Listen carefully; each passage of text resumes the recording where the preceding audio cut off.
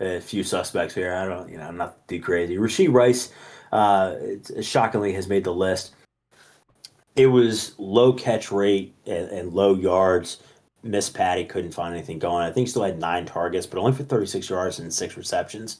Um, it's just not for him putting up 100 yard games, at least a touchdown. He ran it in twice, kind of thing. I think it's more than half the running backs have, at least for the Browns organization. But it's just something you see. It doesn't happen often, but it is what it is. Sam Darnold, again, one of those guys where that's back to back weeks that he's had slumps. I think he threw 4 interceptions this past week. It hasn't been the He hasn't thrown 4 interceptions since the I saw a ghost face. Yeah. Last time he was with the Jets, ironically. So just a little fun fact there. David Montgomery, really anyone on that offense outside of JMO and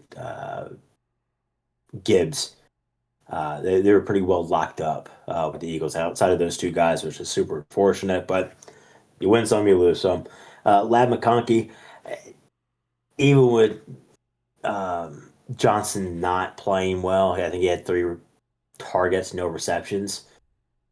I mean, they got blown out of the water, but you figure just a little garbage time production at all. He went 3 for 4 for 12 yards. So that Lab McConkey train from last year that carried all kinds of heat and hype, I think that might be on the way out. I think a lot of that had to do with the Chargers O line, like their Yeah. struggles showing A thousand bad. percent, I don't. 1,000%. Bad. So I don't know if I Herbert talked was about. running for his life. Yeah, he is. And I don't know if I talked about this last show on the show, but I think we talked about it off the air.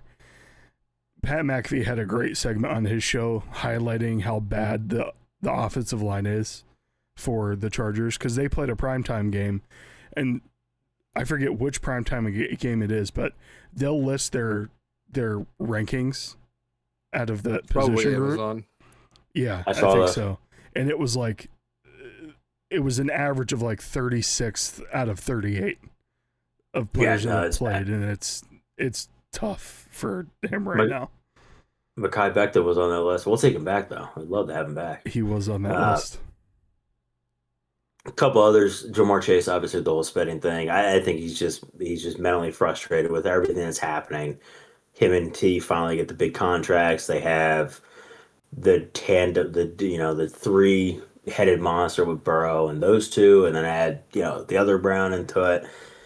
It's just not. I think a lot of that has taken the wind out of his sails, losing 47-42. Putting up big point games, and then defense can't do anything. So there's a lot of friction there. And then Roma Dunze, it's just like I feel like every other week he's on this list because the week before he puts up 20, 30 points, does incredibly well. And I know that Caleb Williams did not play the greatest. He seemed pretty visibly upset with his performance. That he was, they showed them kicking the field goal and he's walking away shaking his head because it shouldn't have been that close. Um, I but don't obviously, think as you Bears know, the Bears almost found a way to Bears that game away. yeah. But I mean, the Bears are still riding hot, and that team looks pretty good, even with Caleb underperforming. So we know that the direct correlation if quarterbacks are underperforming, the receivers are typically also going to underperform. So Hmm. that's why the dudes they made it to this list here. But hopefully, we see a change in that next week.